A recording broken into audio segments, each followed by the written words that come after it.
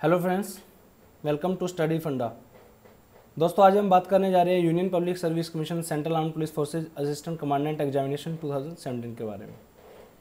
आज की वीडियो में हम दोस्तों जो नोटिफिकेशन कल यानी 12 तारीख अप्रैल की 2017 में जो नोटिफिकेशन रिलीज़ किया है यूपीएससी ने, उसके बारे में डिटेल से डिस्कस करेंगे। मुझे पहले काफ़ी कमेंट्स आए हैं बच्चों के कि सर फिजिकल प्रोसीजर क्या रहता है, मेडिकल प्रोसीजर क्या रहता है, और उसके अलावा एज वगैरह के बारे में, एक्स सर्विसमैन, ये सब हम देखेंगे। ठीक है, इस डिटेल नोटिफिकेशन में आपको कहीं और जाने की जरूरत नहीं है, मेरे साथ बने रहिए। ठीक है, चलिए बढ़ते हैं।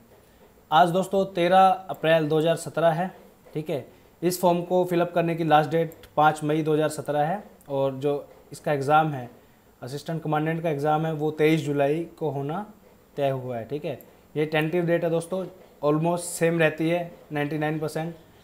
थोड़ी बहुत प्रॉब्लम हुई तो चेंज हो सकती है, वैसे यही डेट है। ठीक है, और इस वेबसाइट पे आप जाके अपना फॉर्म फिलअप कर सकते हैं www.upsconline.nic.in। ओके, सो आपको अप्लाई कैसे करना है? ठीक है, आप इस वेबसाइट पे जाइए upsconline.nic.in पे, और वहाँ पे जाके आपको वो दिख जाएगा, आपको असिस्टेंट कमांडेंट का फॉर्म। ओके, वहाँ पे अपना पार्ट 1 फिलअप करिए, पार्ट 2 फिलअप करिए, फीस भरिए, फ़ोटो स्क्रीन अपलोड कीजिए और यू आर डन। ओके, उसके बाद जो आपका एडमिट कार्ड है दोस्तों, वो एग्ज़ाम के 3 हफ्ते पहले आपके पास आ जाएगा। यानी आपका एग्ज़ाम अगर 23 तारीख को है तो आप एक्सपेक्ट कर सकते हैं कि जुलाई के स्टार्टिंग में, फर्स्ट वीक में ही आपके पास नोटिफिकेशन आएगा कि आप एडमिट कार्ड डाउनलोड कर सकते हैं। ठीक है, इस बार वैकेंसीज़ बहुत कम की हैं दोस्तों, 179 वैकेंसीज़ है टोटल। ओके, जिसमें से 28 वैकेंसीज निकाली हैं बीएसएफ ने, 65 हैं सीआरपीएफ की।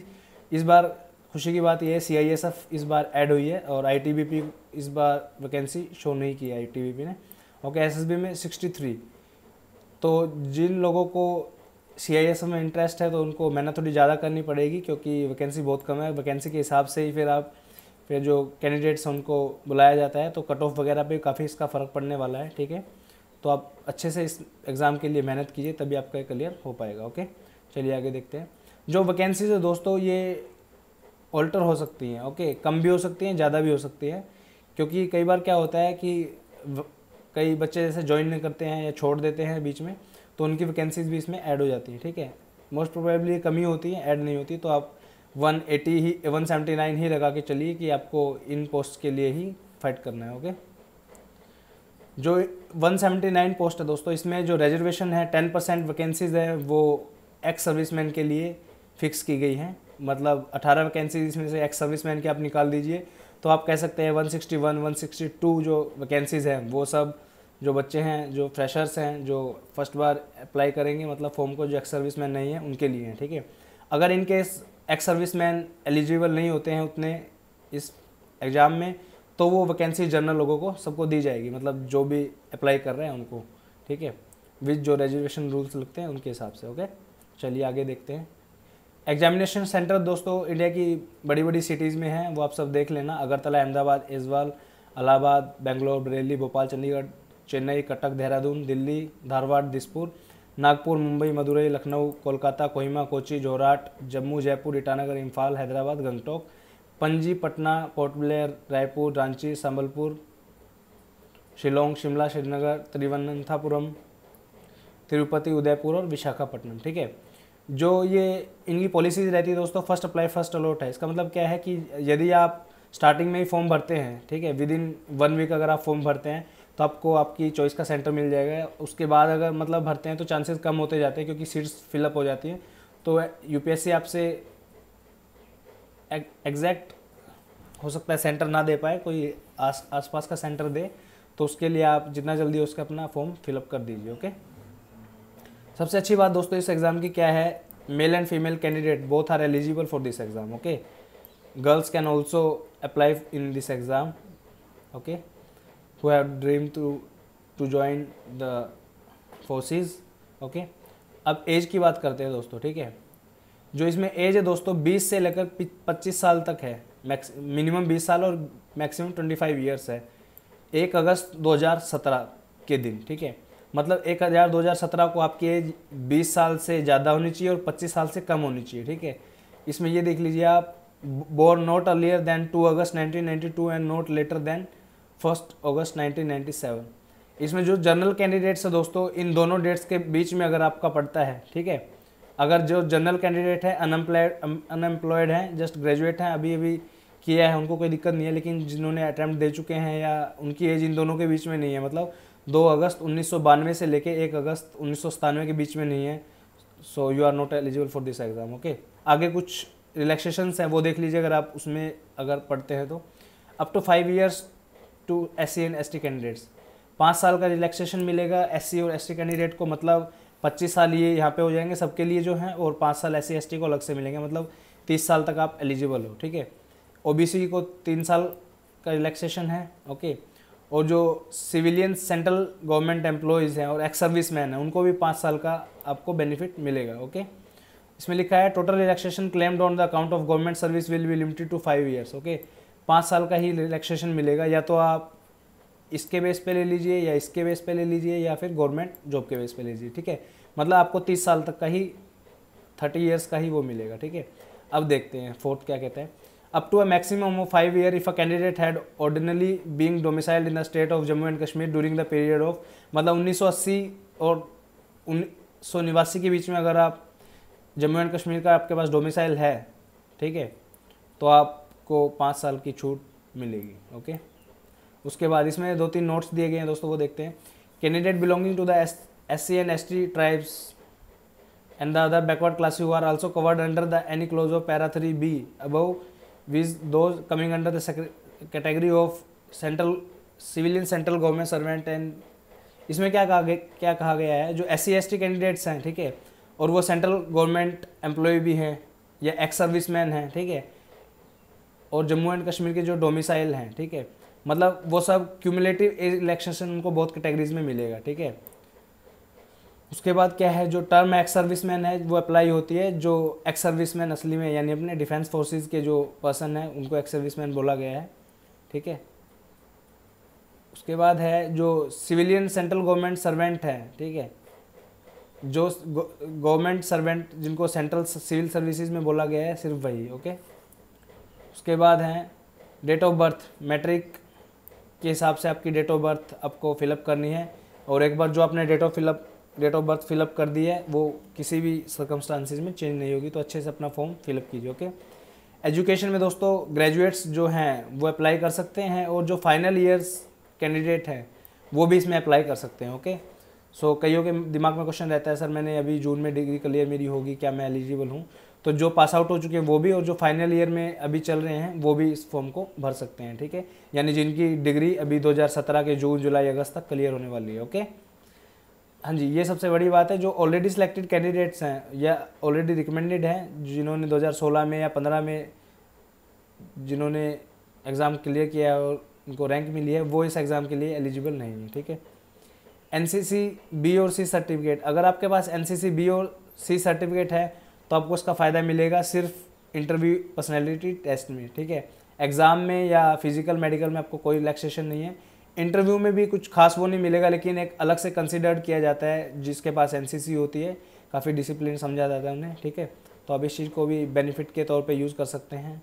हो सकता है आपको 2 या 4 नंबर फालतू ही मिलेंगे NCC सर्टिफिकेट के। ओके, सो वहाँ तक पहुँचने के लिए भी आपको मेहनत करनी पड़ेगी। ठीक है, फीस की अगर बात करें दोस्तों, 200 रुपये इस एग्ज़ाम की फ़ीस है।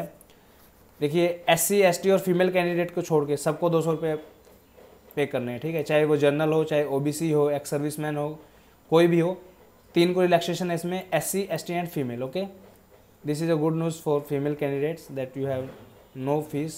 ओके, फीस आपको कैसे पे करनी है? सबसे आसान और सबसे जल्दी तरीका है नेट बैंकिंग से आप फ़ी पे कर दीजिए। ठीक है, सबसे सिक्योर भी है।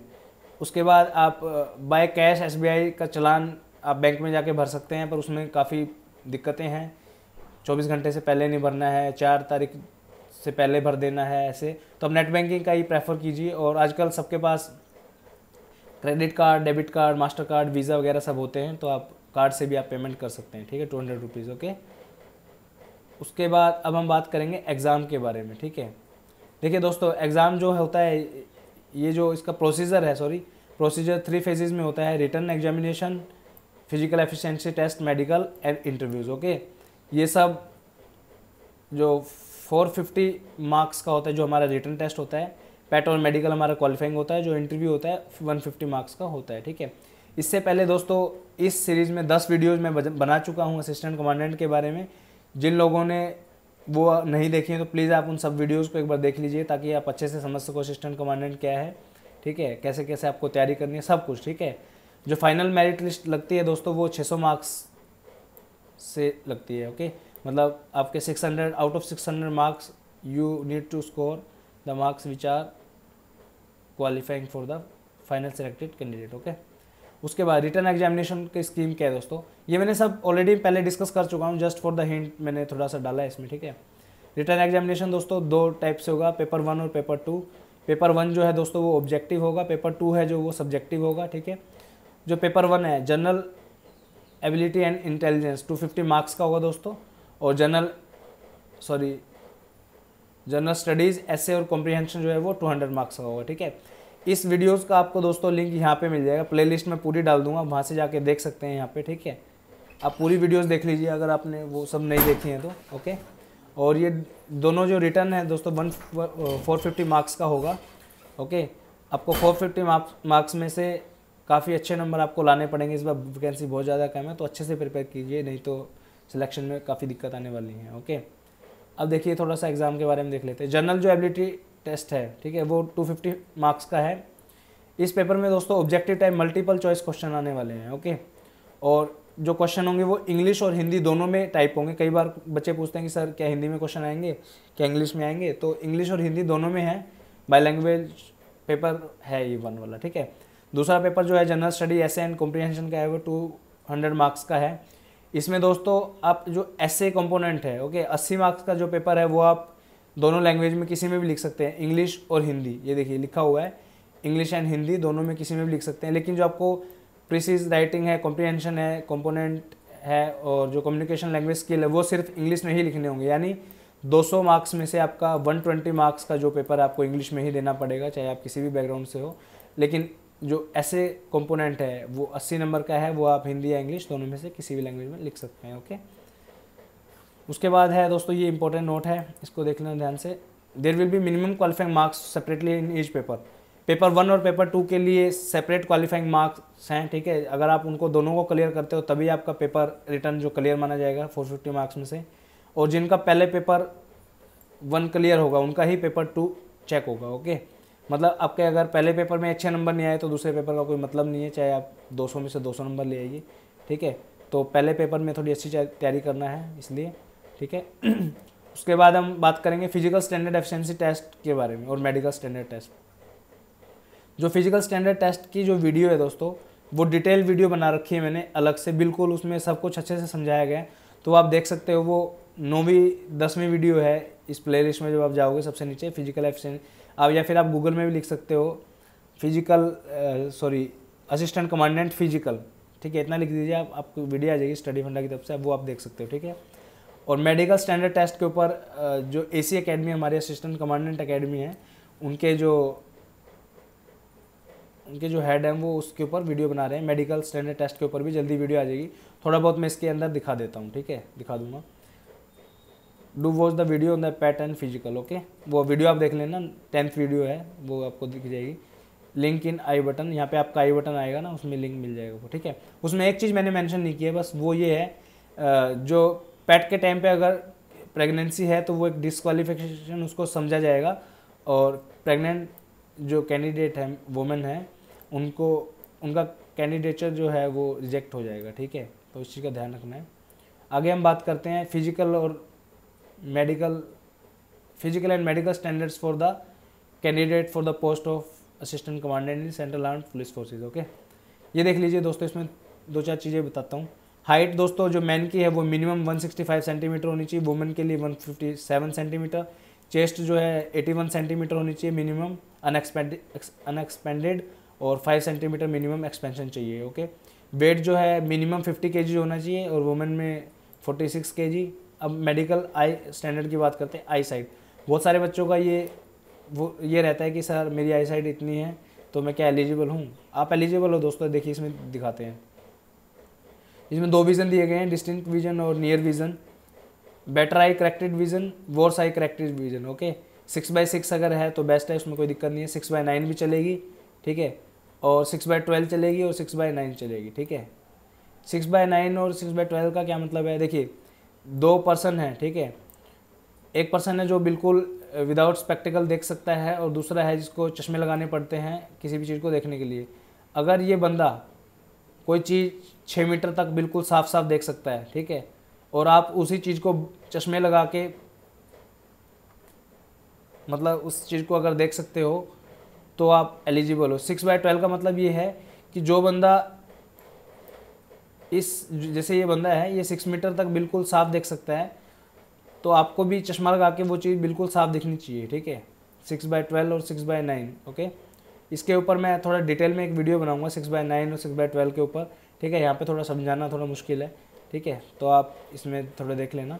और जो लिमिट्स है दोस्तों ये मेन है, ठीक है, सबको पता है आप उनका चश्मे का नंबर कितना है, -4 से लेकर +4, ओके। इन दोनों के बीच में अगर आपका नंबर है तो आप एलिजिबल हैं, don't worry about that, okay. Up to -4 diopters और अप टू +4 डायोप्टर्स, ठीक है। मायोपिया हाइपरमेट्रोपिया जो है ये दोनों ये -और +4 तक है। अगर आपका चश्मा इसमें बीच में पड़ता है तो आप एलिजिबल हो, कोई दिक्कत नहीं है, आप फॉर्म में अप्लाई कर सकते हो, ठीक है। उसके बाद ये लसिक लेजर जो है वो भी परमिटेड है, लेकिन उसका क्राइटेरिया ये दिया गया है। ये आप सब नोटिफिकेशन देख लेना, इसका नोटिफिकेशन आपको कमेंट बॉक्स में मिल जाएगा, ठीक है। उसके बाद ये सब आप देख लेना, कैरिंग एंगल, ईयर, नोज़ सब पता होता है। नॉर्मली जो होते हैं चेक वो फिजिकली आपको ठीक होना चाहिए, बाकी जो मेडिकल में जो आएंगे वो तो वही मेडिकल वाले ही जाने, ठीक है। उसके बाद टैटू का बहुत बड़ा इशू रहता है, ठीक है।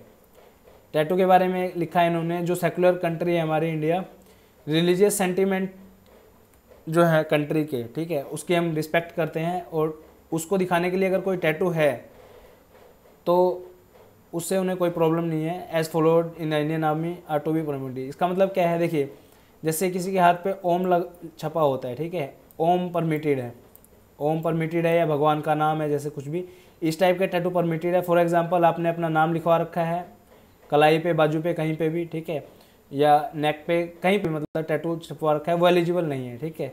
लोकेशन क्या दिया है इन्होंने, tattoos marked on traditional sites of the body near inner aspect of four arm but only left four arm, ठीक है। जो टैटू अगर आपका लेफ्ट फोर आर्म पे है, ठीक है, वो इसमें एलिजिबल है, ठीक है, सिर्फ वही। उसके बाद जो टैटू का साइज है, मतलब जो लिखा हुआ है वो एल्बो के 1/4 पार्ट से ज़्यादा नहीं होना चाहिए, ठीक है। तो इतने आप उसमें चक्कर में मत पड़िए, जिनके अगर टैटू छपा भी हुआ है तो उसे आप मिटा लीजिए कैसे भी करके, ठीक है, वरना आप मतलब एलिजिबल नहीं हो पाओगे। हाँ, जिन्होंने रिलीजियस कोई ऐसा बनवा रखा है उनके लिए कोई दिक्कत नहीं है, ठीक है, वो चल सकता है, ठीक है, लेकिन ज़्यादा बड़ा नहीं होना चाहिए टैटू। अब बात करते हैं, ये इन्होंने दोस्तों एग्जैक्ट जो स्केल दिया है हाइट और वेट का, ठीक है, इसका आपको PDF वही है, PDF में नोटिफिकेशन में मिल जाएगा, आप देख लेना, ठीक है। फॉर एग्जांपल मेरी हाइट 178 है, ओके, तो मेरा वेट जो है 57.5 से लेकर 70.5 के बीच में होना चाहिए, ओके। अगर आपका वेट 57.5 से कम है तो आपको बढ़ाने की आवश्यकता है। ऐसा नहीं है अगर आपका वेट 60 kg है तो आपको 70 करना जरूरी है, ठीक है, ये कोई वो नहीं है, लेकिन मिनिमम से थोड़ा ज़्यादा हो, 57 से लेकर 70 के बीच में हो, ठीक है। तो आपका वेट अगर कम है तो उसे बढ़ा लीजिए, और अगर आपका वेट ज़्यादा है तो उसे घटा लीजिए, ओके। वुमेन के लिए नीचे दिया गया है, ये एज ग्रुप भी देख लेना अपना। फॉर एग्जांपल जैसे मान लो किसी की एज 23 ईयर्स है, ठीक है, तो उनका स्लैब ये 60 से लेकर 73 वाला पड़ेगा, ओके, ये आप देख लेना।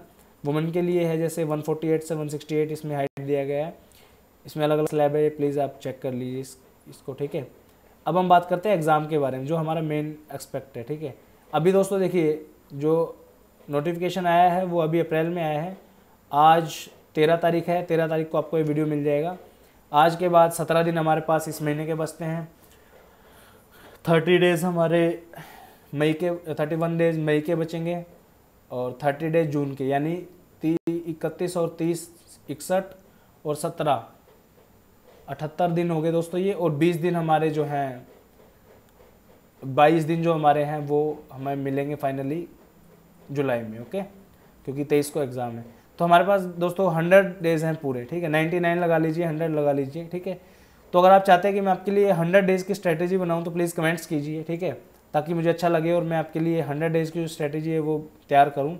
ठीक है, जिन्होंने अब तक बिल्कुल भी कुछ नहीं उठाया है, अगर आप अपना 110% देते हैं, मतलब 100% क्या 200% ये लगा लीजिए, दुनिया को आपको भूलना पड़ेगा। ठीक है, सब छोड़ दीजिए, अब तक जो भी आप यूज़ करते हैं, फेसबुक, इंस्टाग्राम, ट्विटर, जो भी यूज़ करते हैं, ठीक है, कुछ काम आने वाला नहीं है। एग्ज़ाम को निकालिए, काफ़ी रिस्पेक्ट होगी सोसाइटी में। ठीक है, तो हाँ, उसके लिए क्या है, अलग वीडियो में बना दूंगा दोस्तों। ठीक है, आप फॉर्म वॉर्म देख लीजिए।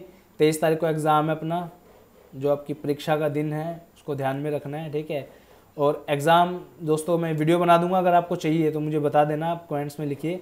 अगर नंबर ऑफ़ कमेंट्स ज़्यादा रहे तो मैं श्योरली एक वीडियो कल आपके लिए तैयार कर दूंगा। ठीक है, जिसमें आपको डिटेल में बता दूंगा कि क्या क्या चीज़ अब आपको स्किप करनी है। ठीक है, क्योंकि जो पहले जो वीडियो जो मैंने बनाई थी वो भी एक बार देख लेना, उसमें भी आपको काफ़ी नॉलेज मिलेगा कि क्या क्या इंपॉर्टेंट होता है।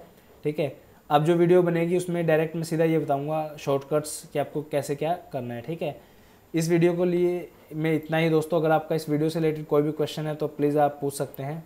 ठीक है, और best of luck from our team Study Funda. ठीक है दोस्तों, अगर आपको ये वीडियो पसंद आई हो तो you can contribute me on this Paytm link. Okay, thank you so much for watching this video. अगर आपने हमारे चैनल पर सब्सक्राइब नहीं किया है तो प्लीज़ सब्सक्राइब कर लीजिए। आने वाले टाइम में बहुत ही एक्साइटिंग वीडियोज़ आने वाली हैं। Okay, thank you so much.